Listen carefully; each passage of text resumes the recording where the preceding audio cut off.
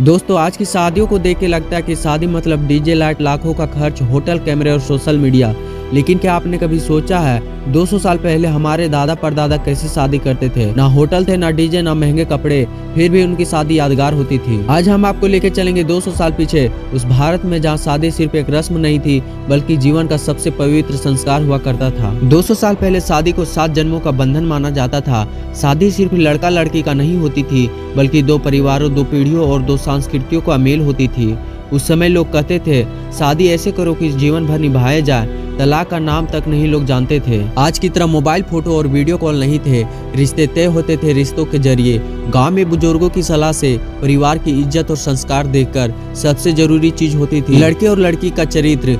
सुंदर से ज्यादा महत्व था संस्कार, मेहनत, परिवार की प्रतिष्ठा। कुंडली और मुहूर्त का महत्व। 200 साल पहले बिना कुंडली मिले शादी की कल्पना भी नहीं की जाती थी। पंडित जी लड़का लड़की का जन्म कुंडली मिलाते थे। देखा जाता था गुण मिलता है कि नहीं, ग्रहण दोष, आने वाला भविष्य। लोग मानते थे कि अगर ग्रहण सही हो तो जीवन आसान हो जाता है। शादी की तैयारी कैसी होती थी? शादी की तैयारी महीनों पहले शुरू हो जाती थी।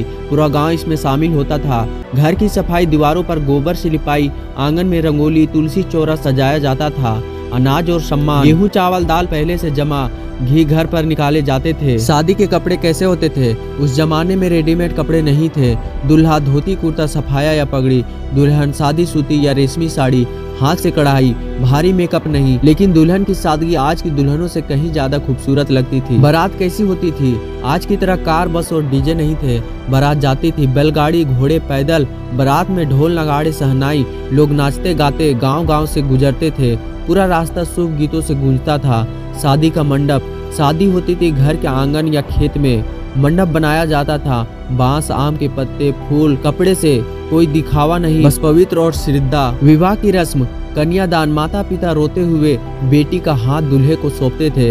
यह पल सबसे भावुक होता था। 7 फेरे आग के चारों ओर।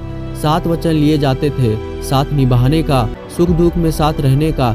सिंदूर और मंगलसूत्र सिर्फ गहना नहीं, जीवन भर की जिम्मेदारी का प्रतीक। विदाई सबसे भावुक पल। विदाई के समय माँ की आंखों में आंसू और बाप की आंखों में आंसू। बेटी कहती थी अब ये घर पर आया हो गया। गांव की हर औरत रोती थी। ये सिर्फ विदाई नहीं, एक युग का अंत होता था। दहेज का सच। 200 साल पहले दहेज का मतलब आज जैसा लालच नहीं था। माता पिता अपनी हैसियत के अनुसार कपड़ा, बर्तन, अनाज देते थे, लेकिन मांग नहीं होती थी। दहेज समाज की बीमारी बाद में बना। शादी का खाना बनता था मिट्टी के चूल्हे पर। पूरा गांव मदद करता था। पत्तल और दोने में खाना परोसा जाता था। खाने में दाल, चावल, सब्जी, खीर। सादा खाना लेकिन स्वाद लाजवाब। शादी के बाद का जीवन। शादी के बाद बहू सीधे ससुराल की जिम्मेदारी संभालने लगती थी। चूल्हा, खेती, घर, परिवार। पति पत्नी में प्यार कम दिखता था लेकिन सम्मान बहुत होता था। आज और तब का फर्क। आज महंगी शादी, कम रिश्ता, ज्यादा दिखावा। तब शादी मजबूती, रिश्ता, जीवन भर का साथ। तब शादी निभाई जाती थी, आज निभाने की कोशिश की जाती है। क्योंकि खास थी पुरानी सादगी। सादगी, सांस्कृतिक, परिवार का साथ, धैर्य और समझ। शादी सिर्फ एक दिन का नहीं, पूरी जिंदगी की होती थी। दोस्तों 200 साल पहले की शादियां भले शादी थी लेकिन रिश्ते मजबूत थे। आज हम उस शादियों से कुछ सीखने की जरूरत है। प्यार, सम्मान और धैर्य। अगर आपको ये वीडियो पसंद आई हो तो लाइक, शेयर और सब्सक्राइब जरूर करें। फिर मिलते हैं एक नए वीडियो के साथ। धन्यवाद।